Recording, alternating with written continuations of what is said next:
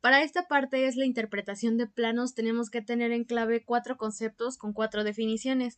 Nuestros conceptos son dimensión, tolerancia, dimensión de referencia y tolerancia geométrica. Como número 1 es la dimensión, que es nuestro valor numérico o expresión matemática escrita para definir la forma, tamaño, orientación o localización de una parte o característica. Para la tolerancia geométrica, este término es aplicado en la categoría de tolerancias para controlar el tamaño, forma, perfil, orientación y localización. Para nuestra dimensión de referencia, esta es una dimensión sin tolerancia que se usa para mera información de nuestra pieza. Y para la tolerancia es la variación permitida de una dimensión para describir los límites del máximo y del mínimo. Para nuestra interpretación de planos tenemos que tener en clave los tipos de líneas que existen en las piezas y en los planos, porque pues vaya, existen en los planos 3 tipos de líneas diferentes y 3 grosores diferentes, que es la gruesa, la media y la fina. Y en la gruesa tenemos el trazo continuo y el mixto. Para la media tenemos la punteada, irregular y continua, que estas de arriba abajo van en contornos no visibles, rupturas cortas y diámetros internos de roscas. Para los trazos finos tenemos el mixto, que sirve para líneas de centro y ejes de simetría, las continuas, que son líneas de cota con extensiones y achurado de secciones, y la zigzag, que es la ruptura de piezas largas. Como tal, podemos observar diferentes trazos en estas piezas que tenemos aquí que se muestran. Como número 1 tenemos la continua, número 2 tenemos los mixtos que se muestran en esta parte de aquí.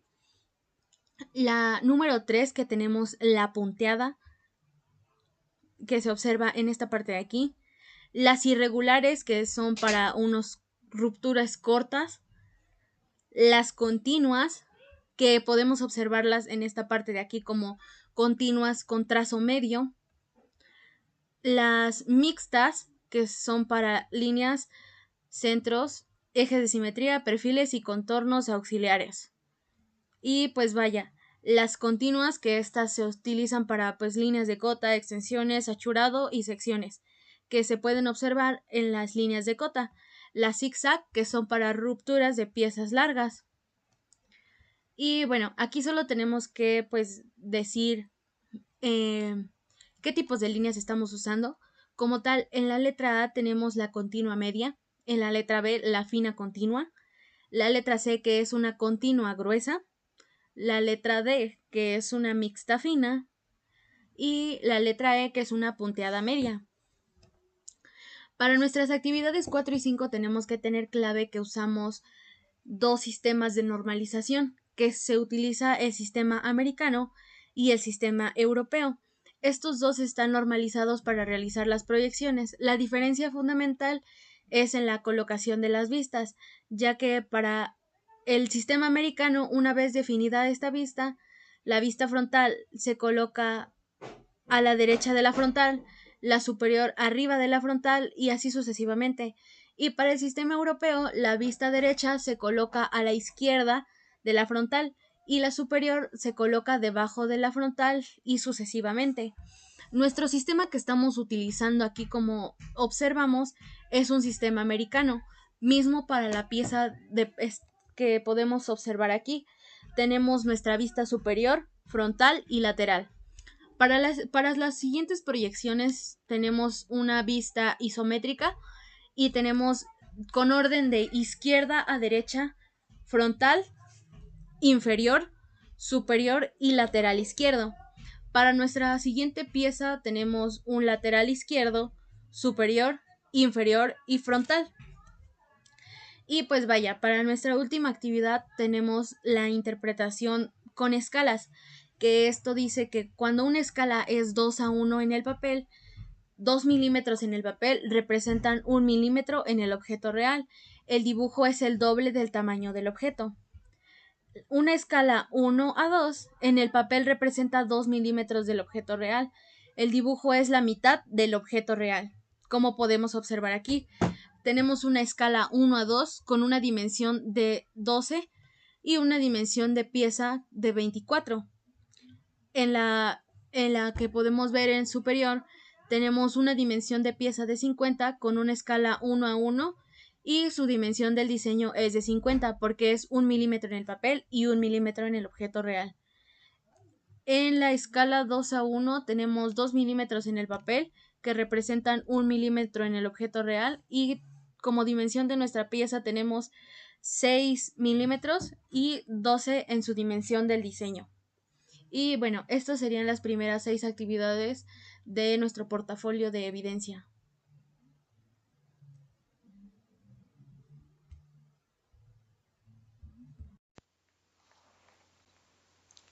Hola, mi nombre es Alexis y yo voy a hablar de la actividad 8 a la 14. Para la actividad 8 nos pide identificar las partes enteras y partes decimales. ¿Esto cómo lo descubrimos? Bueno, pues a partir del punto hacia la izquierda podemos ver las partes enteras y a partir del punto hacia la derecha podemos ver las partes decimales. En este caso, el 5 corresponde a una unidad, el 2 corresponde a una decena y el 1 corresponde a una centena. Por el otro lado, si nos vamos hacia el lado derecho, el número 4 corresponde a una décima, el número 7 a una centésima y el número 9 a una milésima. En la actividad 9 nos pide clasificar cada uno de los números acorde a su punto decimal. En este caso, para el primero es una décima, para el segundo es una centésima, para el tercero una milésima, para el cuarto una 10 milésima y para el 5 una 100 milésima. En la actividad 10 tenemos un vernier y sus puntos. Cada punto representa algo. ¿Pero qué es ese algo? Bueno, pues el punto 1 representa la mordaza para exteriores. El punto 2, una mordaza para interiores. El punto 3, una aguja de profundidades. Esto nos sirve para medir piezas, ahora sí que en la parte profunda, la profundidad de una pieza. Para el punto 4 tenemos la regla milimétrica. Esta nos ayudará a guiarnos para tener una medida. El punto 5 es una regla estándar. El punto 6 son los nonios. Esto quiere decir a qué rayita se asemeja o más bien concuerda para tener una medición más precisa. El punto 7 es un tornillo de bloqueo. Este nos ayuda a que nuestra regla, al estar midiendo, ya no se nos mueva y tengamos la medida más precisa. El punto 8 es el cursor, el cual nos ayudará a abrir o cerrar nuestra regla. Para la actividad 11 nos pide que encontremos la medida de este vernier. Bueno, ¿cómo se hace esto? A partir del 0 hacia la izquierda tenemos que ver cuál es la última raya que pasa después del 0. En este caso tenemos el 1 y 3 rayitas antes del 0, lo que corresponde a 13. ¿Pero 13 qué? Tenemos que identificar o buscar qué rayita de la parte de abajo y la parte de arriba concuerdan. En este caso vemos que entre la 6 y la 7 concuerda una. Esto dándonos a entender que cada rayita equivale a 0.05. Entonces, si hacemos la suma desde el 0 hasta la rayita que concuerda, nos da que tenemos 0.65. Al hacer la suma del 13 y el 0.65 que teníamos, nos da la medida de que es 13.65 milímetros. Esta sería nuestra medida en esta actividad. Para la actividad 12 nos pide clasificar las partes de una regla en pulgadas o en fracciones. ¿Cómo lo hacemos? Pues bien, partimos la regla a la mitad y tenemos un medio. Si volvemos a partir esa regla, tenemos un cuarto. Si ese cuarto lo partimos otra vez a la mitad, tenemos un octavo. Y si ese octavo lo partimos otra vez a la mitad, obtenemos que es un 16avo. Entonces, esto quiere decir que cada rayita equivale a un 16avo. Para la actividad 13 y 14 también nos pide calcular la medida en este vernier. Para la actividad 13 vemos cuántas rayitas están antes del 0.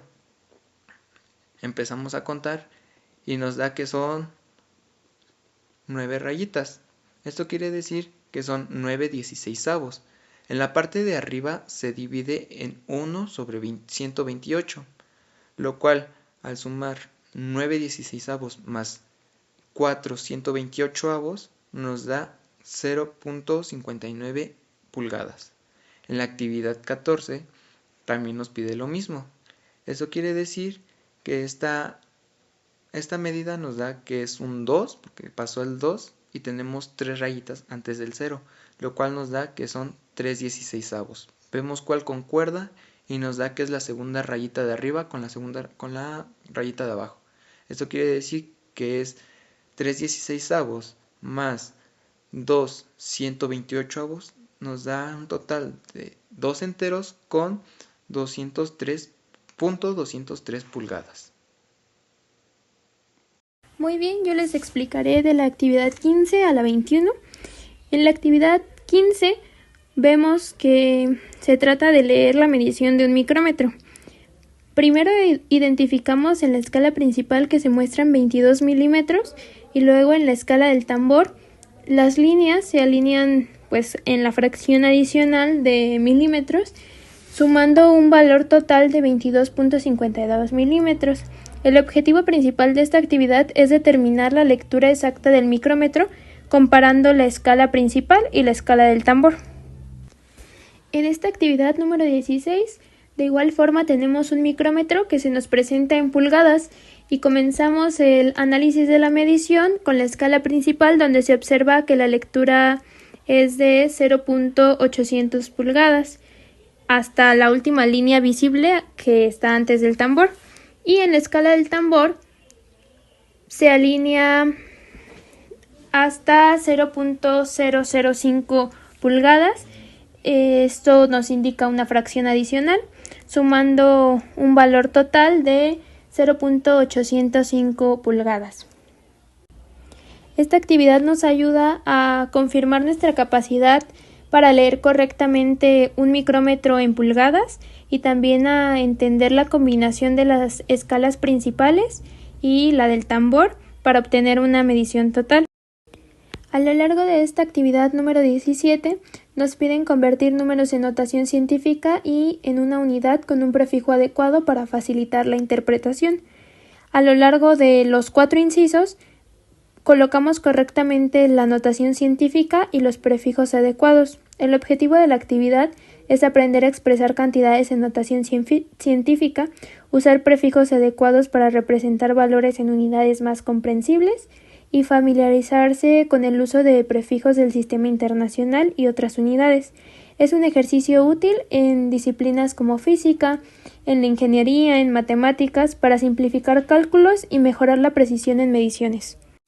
Comenzamos con la actividad número 18, que consiste en identificar cuál de los procesos de manufactura que se muestran en las imágenes están más relacionados con la técnica de arranque de viruta. Esta técnica es un proceso de mecanizado en el cual se elimina material de una pieza mediante una herramienta de corte para darle la forma que nosotros deseemos. Por ejemplo, el fresado, el torneado, el taladrado. Y en la actividad se pide marcar con un checkmark el proceso que más se relacione con esta técnica. En la primera imagen se muestra la extrusión, que es un proceso en el cual el material es empujado a través de una matriz para darle forma, lo que no implica un arranque de viruta. En la tercera imagen se representa el laminado, que es un proceso de deformación plástica en el que el material pasa por rodillos para reducir su espesor o modificar su forma. En resumen de esta actividad, nos ayuda a diferenciar entre procesos de manufactura con y sin arranque de viruta. En esta actividad número 19 se nos pide identificar cuál de las dos máquinas que se muestran en las imágenes es un taladro radial. En la primera imagen se muestra una fresadora que es utilizada para mecanizar piezas mediante el arranque de material con una herramienta giratoria, y la segunda imagen es el taladro radial, que es una máquina diseñada para perforar materiales con alta precisión, especialmente en piezas grandes. Esta actividad nos ayuda a reconocer visualmente los diferentes tipos de máquinas herramienta y comprender sus funciones en procesos de manufactura. En esta actividad 20 identificamos las partes principales del torno convencional y las asociamos con sus respectivos nombres. Nos permitió comprender la estructura y funcionamiento del torno, que es una de las máquinas herramienta más utilizadas en la manufactura. Para esta actividad número 21, al igual que la anterior, se nos pide completar cuáles son las partes, pero ahora de la fresadora, y podemos ver que esto nos ayuda a comprender mejor su estructura y su funcionamiento. Bueno, mi nombre es Santiago Cardoso y yo voy a explicar las actividades de la 22 a la 27. En esta primera actividad 22 nos pregunta cuántos ejes tiene este centro de maquinado. Podemos determinar que son 5, ya que el eje X, Y y Z son ejes de desplazamiento en los cuales se puede mover la máquina, y el eje A y C son ejes fijos o de rotación a través de los cuales los componentes pueden girar alrededor de estos ejes. Actividad 23 nos pregunta qué elementos se utilizan para prensar una pieza. Podemos ver mediante la palomita cuáles son estos elementos. De izquierda a derecha tenemos un tipo de prensa. La segunda prensa es un poco más conocida por nosotros, ya que se parece a la que tenemos en la fresadora. Y la última imagen no sirve para prensar como tal, pero sí para sujetar, ya que es una mesa imantada que al ser activada sujeta todos los objetos de metal. La actividad 24 nos pide relacionar el tipo de herramienta con la imagen que tenemos abajo. Podemos ver de izquierda a derecha que la primera imagen corresponde con una perforación, es decir, con una broca, ya que las brocas se utilizan para hacer perforaciones. Después tendríamos lo que es una corona, ya que las coronas se utilizan para desbastar mucho material o para limpiar de manera rápida una cara externa. Los cortadores se utilizan para cortar, como su nombre lo indica, y en este caso se aprecia como la herramienta corta los bordes externos de esa pieza. Y bueno, el buril se utiliza para el torno, ya que en el torno las piezas giran sobre un eje y el buril entra de forma externa para hacer el acabado deseado. En este caso es un roscado. La actividad 25 nos pide relacionar el tipo de fresa con el tipo de corte. La primera imagen de izquierda corresponde con una herramienta con cuchillas, digamos, triangulares, lo que corresponde con la tercera imagen de la columna contraria. Después tendríamos unas cuchillas un poco anguladas, correspondiente con la última imagen de la columna contraria. Después tendríamos una herramienta que podría hacer un corte de forma lineal, correspondiente con la primera imagen del lado contrario.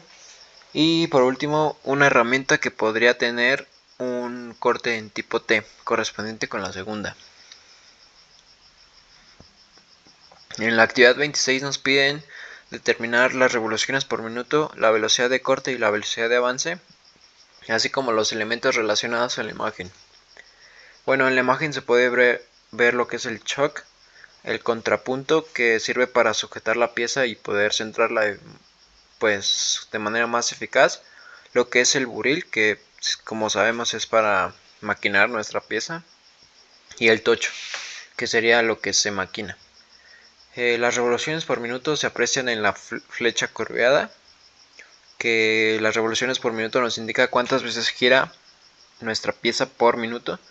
La velocidad de avance determina cuánto avanza el buril en dirección al choke, y la velocidad de corte cuánto avanza el buril para quitar material del tocho. Bueno, la actividad 27 nos pregunta qué tipo de buriles se utilizan para maquinar la pieza mostrada en el plano. Y bueno, si nos habla de buriles, nos habla de torno, entonces primero tendríamos lo que es un cilindrado. Después un achaflanado mostrado en el plano hasta la derecha, específicamente en 2×45 grados. Después, respecto al mandrinado y taladrado, podemos observar que son tipos de perforaciones apreciadas en el plano mediante la imagen de medio corte.